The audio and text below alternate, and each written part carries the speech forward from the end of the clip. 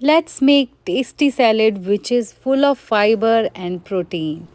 Earlier, my thought was I can't eat salads, but when I start making it with different dressings, I start loving them. So, what I did here, I just chopped all the veggies which are available at my home. So, first, I have taken here Napa cabbage, then I added tomato, carrot, celery, and here I have added sprouted moong dal. So here I am preparing for the dressing. First of all, I have added peanut butter, then soya sauce, tahini, oregano, chili flakes, and now I am adding sesame oil. Here I have added garlic, then ginger. Now we have to mix it.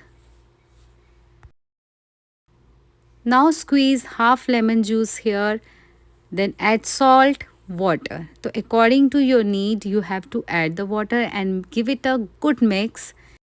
Here I am chopping sauteed tofu which I have sauteed in little oil by adding salt and pepper in it. It's time to add the main ingredient of the salad which make your salad so delicious. I hope you will love it.